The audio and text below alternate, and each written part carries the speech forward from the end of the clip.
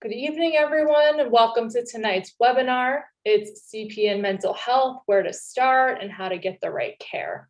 I'm Jocelyn Cohen, Vice President of Communications and Engagement with Cerebral Palsy Alliance Research Foundation. This webinar is closed caption enabled, and I've turned on transcription. I've also opened a poll for people to share why they're joining us. For additional accessibility, I'll share a visual description of myself. I'm a white woman with dark brown shoulder-length hair that's down and brown eyes. I'm wearing large blue-green glasses, a white shirt, and a light gray cardigan. And sometimes I might look like my eyes are looking away from the screen or rolling, but that's part of my cerebral palsy. CPAR shared a quote on our social media channels the other day that says, "There's a significant connection between disability and mental health, but that connection is far more complex than it might at first seem. It's rarely about the illness or injury itself, but rather about the social and ideological barriers that make full engagement in our communities so difficult." And I'm sharing that because that quote captures why disability and mental health are such intricate topics to unpack, and is why we're starting at the very beginning tonight, including how and when to get the right care for yourself or for your child. We're thrilled to have Jan Moskowitz, a licensed clinical social worker who currently works in private practice, joining us tonight. She previously provided individual mental health treatments for adults with cerebral palsy, and she formerly served as the clinical social worker at the Weinberg Family CP Center at Columbia University in New York City. She earned her master's in social work from the Silberman School of Social Work at Hunter College. She's also a certified child life specialist and was recently trained in eye movement desensitization and reprocessing to provide trauma therapy.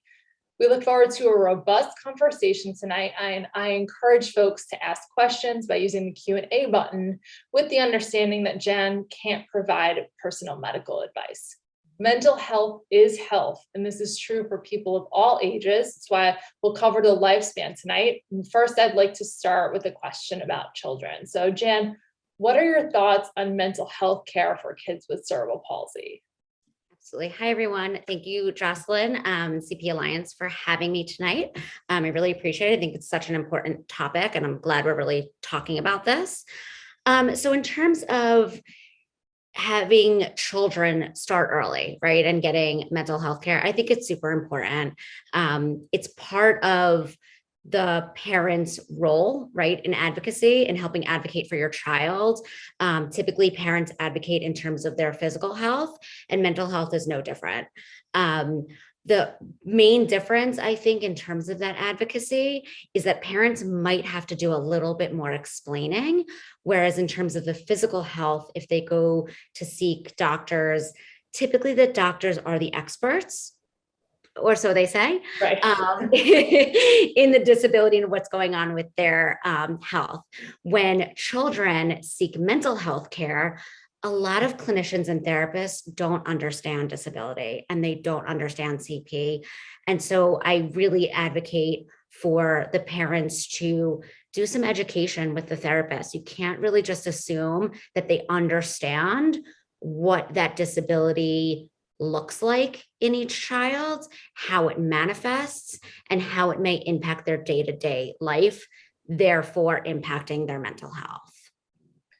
That makes a lot of sense. And, cerebral palsy, disabilities in general and cerebral palsy specifically are quite diverse too. So even if you found a clinician who knew one or two kids with CP, they knew one or two kids with CP, and not specifically how it affects a particular child. Do you have additional insight about maybe people who have kids who have like mild CP, and if that affects mental health care and or the way that it's approached either by parents or professionals? Absolutely. I think, to be honest, kids with more mild CP have a more difficult time finding appropriate mental health care.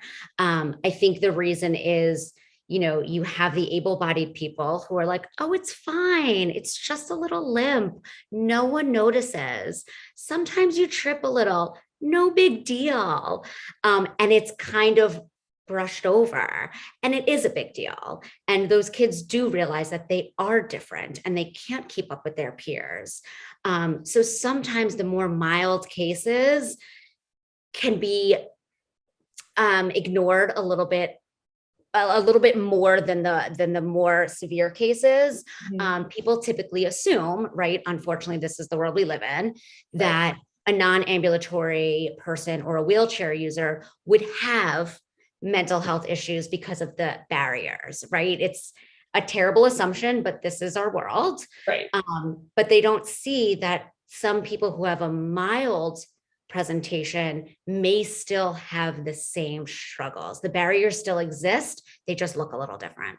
Right. It just depends also, the way that people perceive you. So sometimes someone might have quote unquote mild CP and think it's not that noticeable, and it's more noticeable to everyone else. I know that when I'm walking around in my mind, I know that I'm walking differently, and then when I catch my reflection, I kind of jump because I'm walking way more differently than I thought. It's the able-bodied analogy is, hearing your voice recorded. It sounds different in your head than it does to everybody else. So it looks different in your mind with CP Absolutely. Than it does to everybody else. So kids might see things, like even if you think you're hiding something, kids might see things that you don't think they see. And then it could cause, different kinds of interactions at school and on the playground and things like that. I think it all goes back to communication. I really implore parents to communicate with their child, no matter what the age. How does it feel to have CP? How does it feel to walk differently than your brother or sister, friend, neighbor, whatnot? Start having those conversations early. The kid knows best.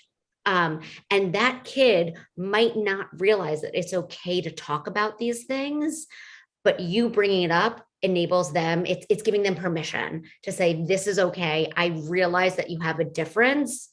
That's okay. Let's talk about it.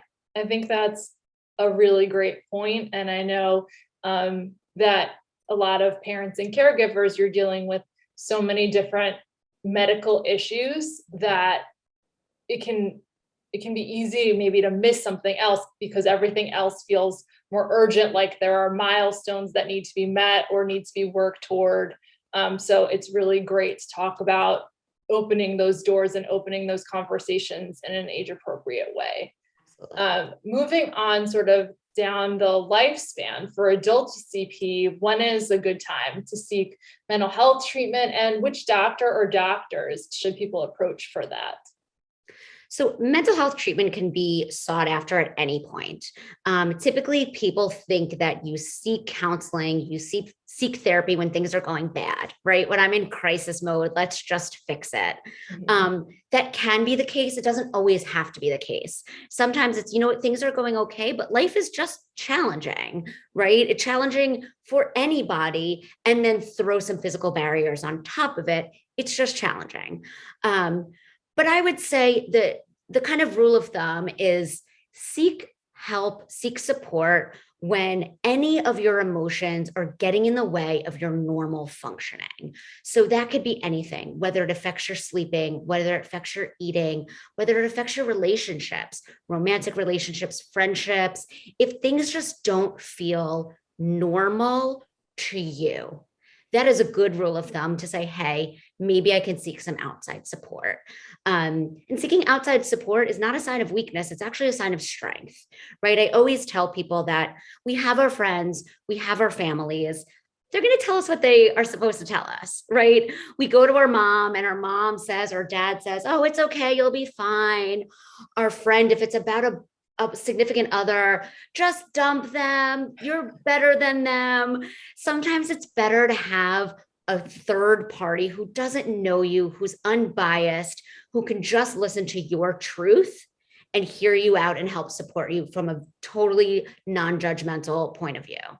It's like your friends and family and close circle is your cheer squad, and a potential mental health professional is like a guidance counselor, if we're putting it sort of in like the school realm of things. Absolutely. And look, your cheer squad is still there. Yeah. But sometimes that cheer squad needs to be challenged a little bit, right? Yeah, To say, they're positively biased toward you. yes, yes. Was that the best decision you made? Let's kind of talk about that decision. Could there have been something better, different, more challenging that you could have done to approach that situation?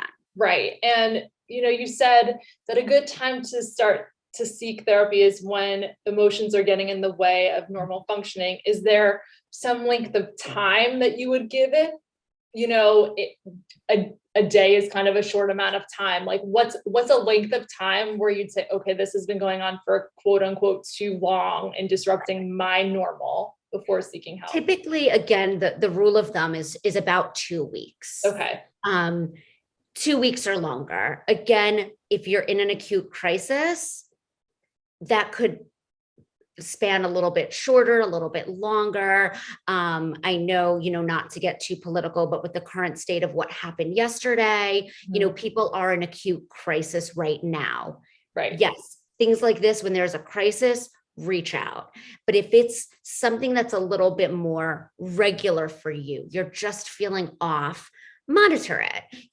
It's kind of like any other healthcare professional. If your arm hurts, maybe you're not really going to run to the doctor today. Maybe you're like, well, let's see if, it's still hurting tomorrow and then I'll go. See how you feel. You are the best indicator of how you feel. That is, I think, one of the biggest challenges of mental health care. It's subjective. It is subjective. How do you feel? Does this feel better or worse than how you typically feel? And let that be your kind of North Star in guiding you. That is really great advice. And I think that will be helpful to a lot of folks. One other thing, kind of building off of where you were talking about that going to a mental health professional is like different than sort of talking to your family or your friends. It's a place to put your emotions as well. That another location than on someone else. Can you talk a little bit more about that? Absolutely. So we've all had stuff in our life, right? Whether, again, it's a breakup, a job, a boss, a friend, something that's really getting under our skin, right? And we know as humans, we can talk about this stuff ad nauseum. And sometimes your friends and your families just don't want to hear it, right? I mean, I would love to say that they all do, and all these people are wonderful in our lives, but sometimes they're like, okay, enough. Your therapist is your safe place. So if you want to talk about something ad nauseum, you can. I think, though, a good clinician will also dive into that. Why are we talking about this over and over again? What else is happening that is keeping you from moving forward, or what is keeping you on ruminating about this and what's going on there? So they'll dive a little bit deeper about those kind of quote unquote obsessive thoughts. So it's a great place to put that stuff and then figure out why you're holding on to said stuff. Yeah. And why your patterns, whatever they may be, are the way that they are, and, work through patterns that maybe would work better for you. Absolutely. So you approach the mental health field through social work, and there are many different kinds of mental health providers. Can you talk about what led to your decision to choose social work over the other types of mental health care providers, and also just explain a little bit about sort of the array of other mental health care providers for people who might not know? Absolutely. So there's a bunch of us. So I myself am a licensed clinical social worker. So I have taken 2 sets of board certifications to get to where I'm at. The step right below me is a licensed master of social work. So after you graduate, then you sit for your licensing exam, and then you have 3 years experience plus supervision, you sit for another set of boards, and then you get your LCSW, which is where I am. There's also licensed psychologists. Typically, those people have their doctorate in psychology. There's also mental health counselors, licensed mental health counselors. I'm not going to talk much about them. To be honest, I don't know much about that field. It's a little bit newer of a mental health field. And then there's psychiatrists. Psychiatrists are the doctors. So all of us, except for the psychiatrists, cannot prescribe medications. We can talk about medications. We can sometimes suggest medications just from working with them, knowing side effects, knowing which medications serve which diagnoses. That is something that we learn about, that is also on our board certifications, but we cannot write a prescription. For me personally, why I chose social work, the tenets of social work typically that differ from psychology is we as a profession tend to work kind of with the underdogs. We focus on those people in need a little bit more than psychologists historically. I do realize that is changing. In addition, what I really connected with is social workers focus on the idea of person and environment. So that is, Jocelyn, you are a white woman with cerebral palsy. You are not cerebral palsy. It is part of who you are. You are also a young, educated, career-driven woman. So there are all these different factors in who makes you who. Historically, psychologists focus much more on diagnosis. So Jocelyn, you have CP and you are depressed. Whereas social workers historically were like, oh, you are this white woman, you have CP, you have a full-time job, you have a career, work is really stressful, and maybe you've got some stuff going on at home, and maybe you've got some friend stuff, and yeah, it seems like you might be depressed. So the actual focus on the diagnosis comes secondary to all the other things that are impacting your world. That resonated with me when I was researching where I wanted to be and what I wanted to do. Again, I do want to clarify that this is changing. This was when I had started. So I do realize that things are changing in the world. That's where I was when I was starting my career. And that's what led me to where I am today. It's helpful to know all of that. It's also nice to know that things are changing and evolving as the world is changing and evolving seemingly quite fast. One thing that struck me when you were saying all of that is it's a really interesting parallel with the medical model of disability specifically and the social model of disability, where the medical model of disability is you are your cerebral palsy, right? And what can we do to fix your cerebral palsy, and seeing you through the lens of your cerebral palsy. And the social model of disability is my disability is what it is, but the really big issues are the fact that this building is inaccessible, or this transportation is inaccessible, or someone is discriminated against at a venue or when applying for a job or what have you. So that's a really nice parallel to that. And you know what? It takes a lot of educating, because I will tell you, this far into my career, when I tell people what I do, their first response is, wow, that's a tough population. And I was like, it's any population. I'm dealing with the mental health piece. I'm dealing with the depression. I'm dealing with the anxiety. Mm-hmm. Somebody might be a wheelchair user, just as somebody might be a redhead. Mm-hmm. Right? I'm not here to treat the CP. That's not what I do. Right. Will I treat how that impacts their world? Yes. But that might also be said for the redhead who's maybe being bullied because he or she's the only redhead in the class. And maybe that's different. So it's the same concept of there's something that is othered that impacts your day-to-day. But my job is not to treat CP. I am not a doctor. I didn't go to school long enough to be a doctor, nor do I want to. Right.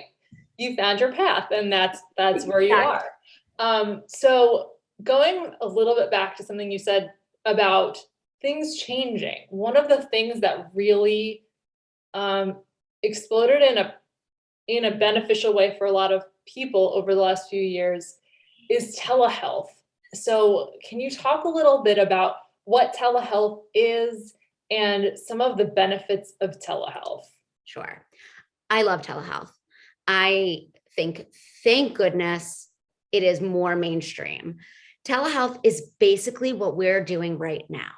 It is meeting with somebody virtually via video, if that works for you. It's ideal, to be honest, video over just speaking over the phone, Okay. and having a meeting, a session, an appointment with your provider. Sessions are the same amount of time. They're just in a different location. The benefits are multiple. It's easy access. If you have a tablet, a cell phone, a computer, internet, things like that, it's easy access in terms of physically getting to the space that you need to be. You can do it in the privacy and comfort of your own home. It is geographically easier. Right now, I live in California and my private practice is based out of New York and New Jersey, and I get to see my patients. The biggest barrier we have is a time difference. So that's really nice. I think people can have their appointments in the middle of their workday. They can go on a lunch break. They can go before work or after work and not have to account for commute time in the start and the end of the session.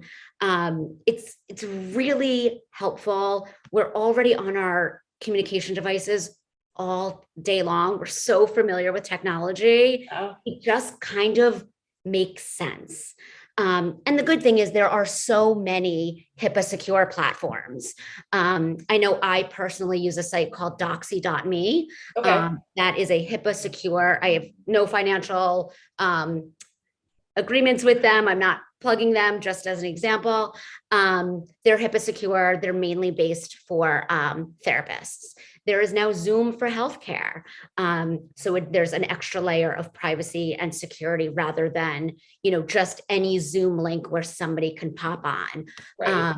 So this is the way of the future, which is really great. As long as you have a device and you have Wi-Fi, you can see a provider.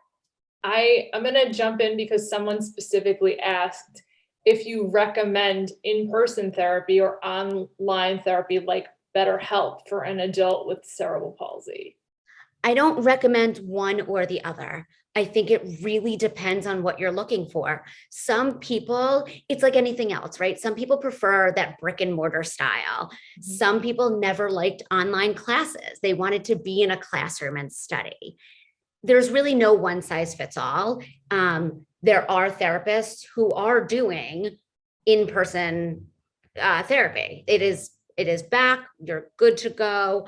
I think in the world of COVID, definitely check in with your provider, find out what the COVID precautions are, assess your comfort level, wearing a mask, not wearing a mask, vaccinated, things like that. All those things. But at this point, it's so mainstream. It's really a personal choice, whatever you're comfortable with. That makes sense. I think the one thing, I'm sorry to interrupt. The one thing I will say is if you are going to do telehealth, privacy is still very important on the client end. So the clinician is, I'm legally bound. I need to provide a private, safe space. On the client end, I really, really advocate, don't do it in the kitchen table with all your friends and family there. Don't have a therapy session where people can hear you, you can hear others. This is your protected time. I've told people if you can't escape, go into the bathroom, go outside. I have clients that I see during their lunch hour and they take me on a walk and we walk and talk, and it's great because they're out of the office and away from places. So as long as you can secure a private space, anything goes. That's helpful to know. Because if you do think about it, if someone was going to a clinician in the office before there were white noise machines or whatever, you didn't have to worry about the rest of your life coming into a therapy session. One thing you touched on that I just wanted to ask an additional question about was that you'd say that video is preferred over the phone. Is that for just because you can read facial cues, or is it something else? Absolutely. Body language is huge, especially in mental health. Talking about deep things is not easy, right? So if I see my client and I see maybe some apprehension, or I can see some tears welling up, or I can see some tension building in shoulders or fidgeting, I can better have an understanding of what emotions are underneath the words. Okay.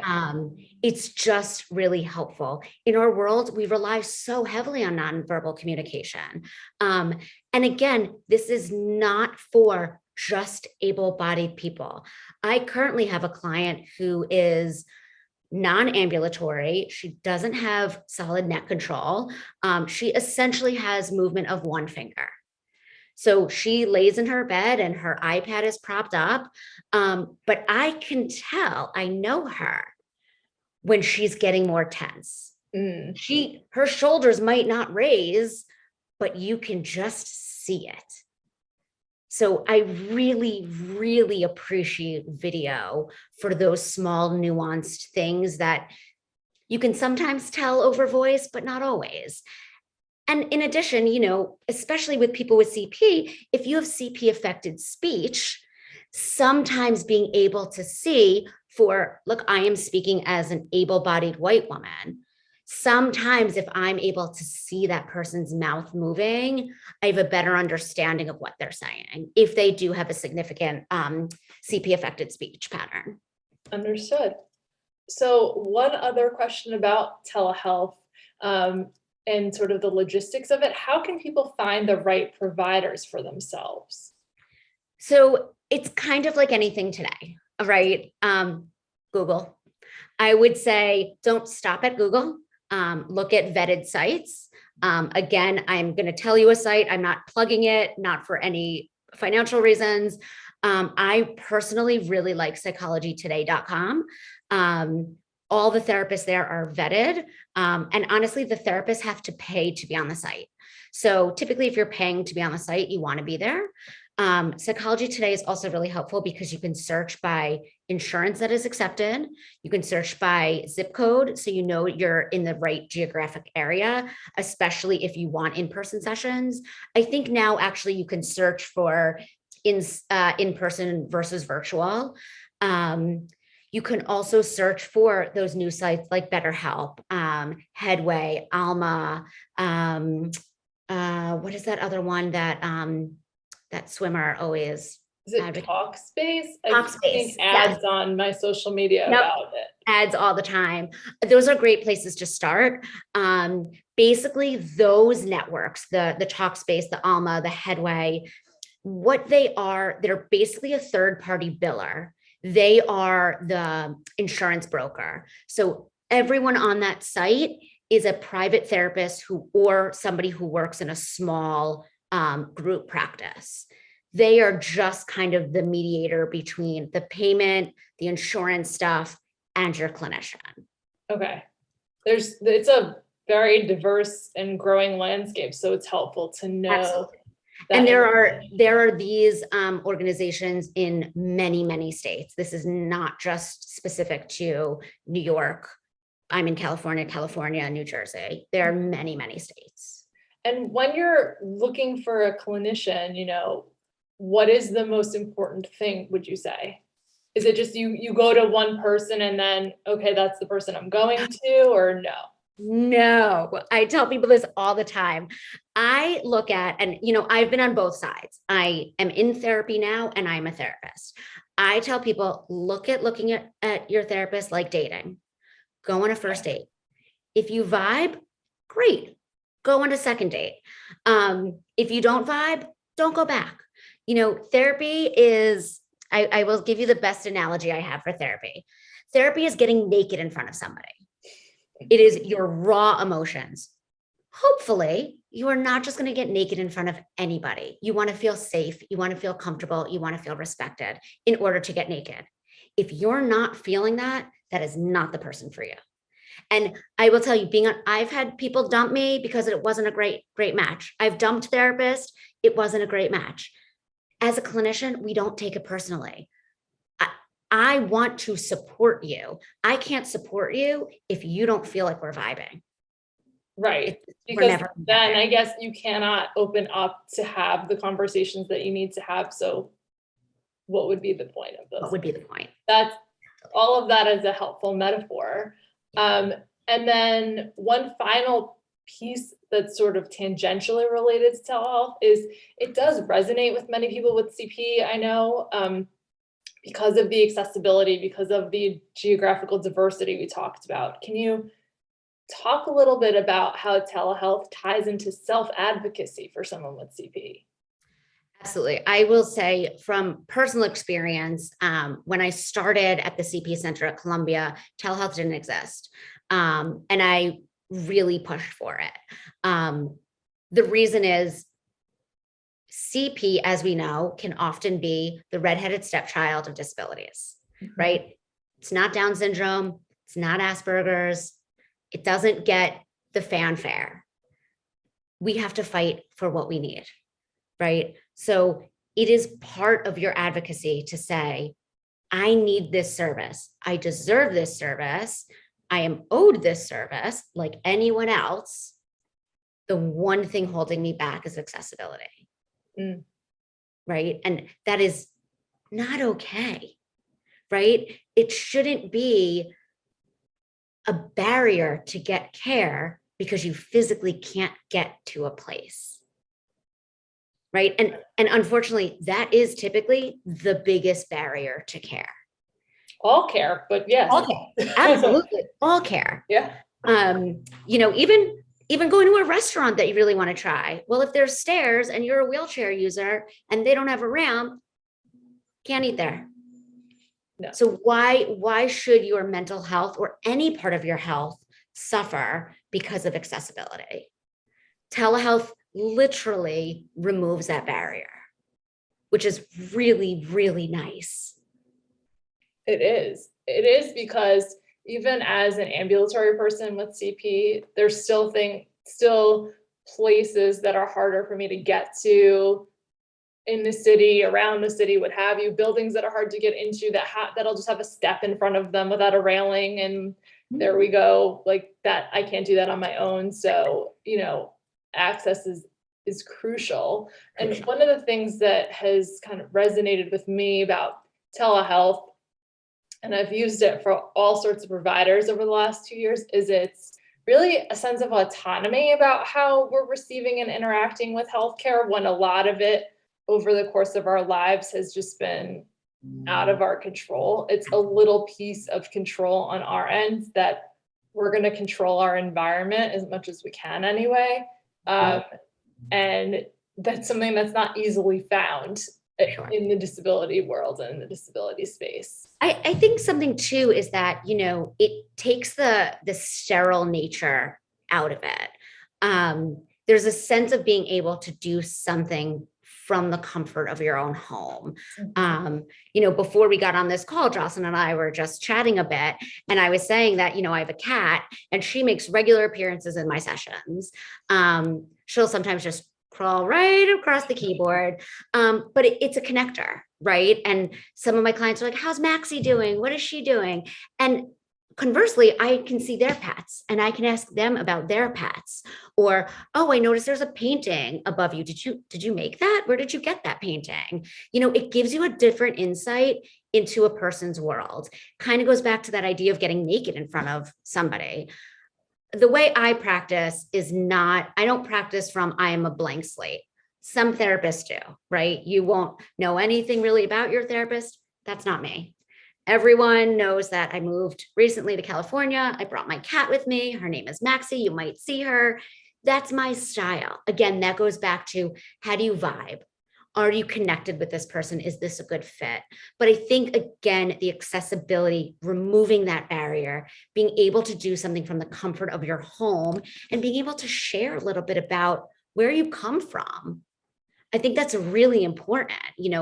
Who are the big players in your life? Do they live with you? Oh, is that your dog? Does he always stay with you on every call that you make? That's really helpful information and great insight into a person's world. And it can also, if someone is uncomfortable with therapy at the beginning, it's a little bit of an icebreaker that makes them more comfortable. One other thing I wanted to bring up, just because, people with CP have all different levels of CP, and some folks might have personal care aids. How do you handle that in a therapy session? Again, this is me speaking personally. If the personal care assistant or nurse can step out, I appreciate it, because let's be honest, if you have 24-hour aids, some of what you want to talk about are those aids, right? We are human. We get annoyed with people. If somebody is in your space all the time, it can get annoying. So I really ask for that person to step out if possible. I also account for this in my sessions. So my sessions, depending, are 45, 50, or 60 minutes. And I will push on 5 minutes front and back if an aide needs to set the person up, whether that's getting them situated, getting the iPad set up. Preferably once you start getting into the swing of things, this can already be done prior to the session. I have a client whose mom is theoretically her caretaker. Her mom comes on, you say hello, she sets me up, she exits. The end of the session, my patient yells, "Mom," and she comes back in and takes me off. If that's not possible, my suggestion is please have a conversation with this person. Maybe they can put the headphones on, listen to music, watch a podcast, listen to a podcast, watch a show. This is how our week is going. It's okay. Totally. It's Wednesday. It's the middle of the day. Some of us watch podcasts. If they can give you the privacy, and that's something I work with too. Again, a huge barrier for people with CP is lack of privacy. So if you can get 45 minutes that is just for you, please try it. And I realize that might not be possible for everyone. But again, that is then a conversation with your caretaker to say, how can we do this so that I feel that I have the privacy that I need in this moment? That is very helpful information for a lot of people, I'm sure.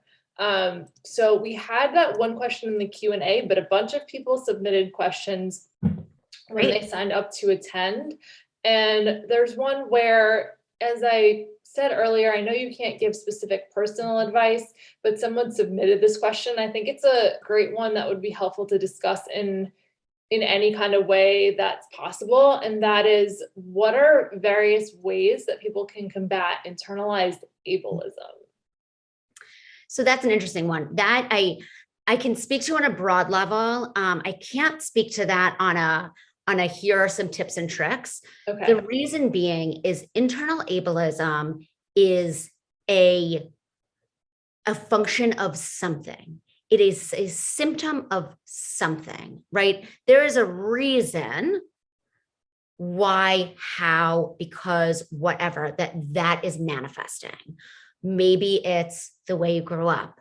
Maybe you felt really othered. Maybe people other you. Maybe you're bullied. Maybe you really have self-esteem stuff going on and you hate the body that you were born into, which are all fair and valid.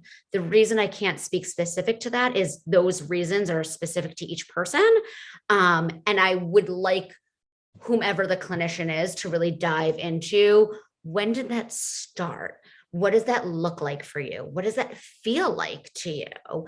Internalized ableism could present itself in numerous ways, right? It could come out as microaggressions to other people. It can come out towards self-hate. It could come out as lack of self-confidence.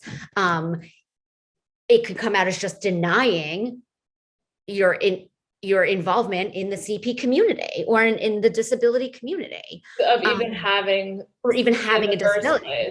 Absolutely. Just denial of the fact of this is what you experience. So, I would say that is something absolutely to explore in a therapeutic setting, about, kind of those triggers, what happened and how does that internalized ableism present for you? Because again, it can present very differently for very different people. I appreciate that, especially that the person who asked the question was self-aware enough to know to ask the question and to know that it's something that is worth being explored, whatever it uncovers. And And just, I can speak to having CP and having different internalized ableism at different times and different life triggers will cause it to be worse or cause it to not be a problem. And it's not a static thing for me. And I doubt, I can't speak for everybody, but I doubt that it's static for anyone. That even if someone is the biggest disability advocate and heard on the most platforms and has a smile on their face and a positive attitude or a really good sense of humor, I would assume that there are still days that they struggle with it, just like there are days that all of us struggle with other aspects of our lives being human beings in the world. So I just want to give another shout out and a nod to the person who asked the question for asking it. And that kind of goes into what we talked about when to seek treatment, right? This is something that is boiling up in you that, again, it might not be in the midst of crisis mode, but it's something that you realize comes up every now and then. Or, you know, maybe you interviewed for a job and you thought that you were the perfect candidate and you didn't get the job, right? We don't know why, but maybe the internalized ableism comes out then. Right. And so that's a twofold factor that how do we talk about that? How do we talk about not getting the job? And what does that look like? And how do you put yourself out there again? And the symptom of the internalized ableism that comes from not getting that job. Yeah. And I also, one other reason why I think it's just important that we had this piece of the discussion is I know there are parents and guardians of younger kids with CP listening to this. They may not even know what ableism is or what internalized ableism is. And so going back to the first question that we addressed of, you know, listening to your child, asking them questions that you might not have thought to ask before you heard them here, can potentially help with that, I think. At least help it in certain circumstances. You can't help in all circumstances, but help in some. And when you're telling your kid you have a difference, you have a disability, and it's okay, that's a really good antidote, even when things do pop up. Right. It's kind of you're giving them a little bit of resilience where you can, and that's really important. You know, and conversely, it's also okay to say you have a disability and you're a little bit different, and that's okay. And it's also okay to not be okay sometimes. It's also okay to be angry sometimes and sad and honestly pissed off that you are different. And that's okay too. It's where do you put those emotions in a productive manner that will serve you well, not harm you in the future, like internalized ableism, like the self-doubt, like the self-deprecating thoughts, feelings, behaviors. Right. I think that's exactly why mental health care and just paying attention to mental health as health is crucial. The naming of emotions in general is something I think every person of every ability, every demographic could just benefit from. We're going through a lot in the last 2 years, in the last few weeks, what have you. And there's lots of emotions going around no matter what you're experiencing. And mental health care can help you name those and work with those as they arise and as we're just dealing with different things as humans. And then we have the addition of it's hard to be a person sometimes. It's hard. We have the addition of having CP on top of it in the world that we're living in right now. So the more I think that people can be equipped from whatever age makes sense and is appropriate with the language or the tools, whatever way they communicate to describe what they're going through could help them deal with what they're going through. I would say, I don't know who did it. I don't want to, you know, search on my internet now, but I would ask everyone to Google the feelings wheel. I don't remember who created it. It was a PhD or a therapist or someone. It is the best tool I think I've ever used. It basically breaks down the feelings so that you can actually pinpoint what you're really feeling. Because we typically go for happy, sad, or mad. Right? Oh. Those are our typical feelings. Those are our go-tos. Okay. Once you peel away Mad, we often cover up sadness. We often cover up disappointment. We cover up resentment. We cover up embarrassment, and we just say mad. So the feelings wheels helps you actually pinpoint by going out. It's like a target, going out each rung to really identify what the actual feeling is. Because adults, kids, PhDs, high school graduates, we all are not good at naming our feelings. And it is a task that we all need to get better at, because once you can name it, you can understand it and you can learn to appreciate it a little bit more. Those are some wise words. I'll make sure that I'll post this in the caption when we post this video on YouTube. And Jocelyn, I'll send you the copy of the feeling wheel. It's amazing. Great. One other question I have that someone submitted is they have multiple children with CP who are each differently affected. So, one is a wheelchair user and the other one isn't. Is there a way for them to navigate that you would recommend? Because it seems like that could bring up some other challenges that wouldn't exist if it was just one child with CP. Absolutely. I think for all parents, all your children are different, no matter who they are, what they have, what they look like. Not my kids have CP. So-and-so is a wheelchair user. So-and-so is ambulatory. I would say that as much as you can separate them into individual beings, because their challenges are different, their successes are different, but that's to be said for any children in your household, right? Any two siblings are not the same, right? This is typical nature versus nurture, right? Kids grow up differently. They respond to challenges differently. We all do. We can have the exact same situation thrown at us and respond in 400 different ways. So again, ask the questions. What is it like for you? What is it like for you to have CP and your brother or sister also has CP, but is ambulatory? What is that like for you to have CP and you can walk and your brother or sister cannot? Ask these probing questions. And the thing is, the questions are scary, but I guarantee you the kids are already thinking it. They're waiting on the permission to allow the conversation to be had. That is where the advocacy comes in. Kids don't know that they can have these big, meaty conversations until we say it's okay to have them. Mm-hmm. They're watching, it's the modeling of it. Absolutely. And opening the door, which has been a theme of the evening. Right. They're thinking it. Mm-hmm. If we're thinking it, they're thinking it. Yeah. They're the ones living it. Yes. I'll just give everyone a minute or two if you have any other questions to pop them in the Q&A while we wait to see if anything else pops through. I just wanted to thank you for sharing your insights and your experience with us, Jan.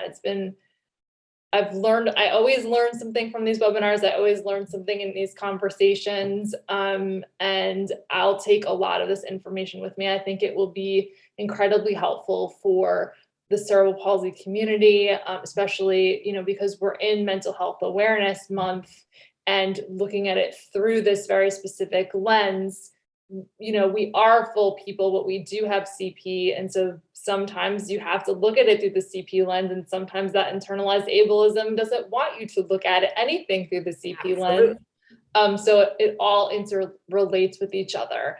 I don't see anything else popping up, so I'll go ahead and end the conversation here. But I thank everyone for joining us tonight from wherever they are in the world. And keep an eye out. This will be posted on YouTube within a week or so. Have a great rest of your evening and stay safe. Take care. Thank you so much for having me. Bye, Jan. Bye.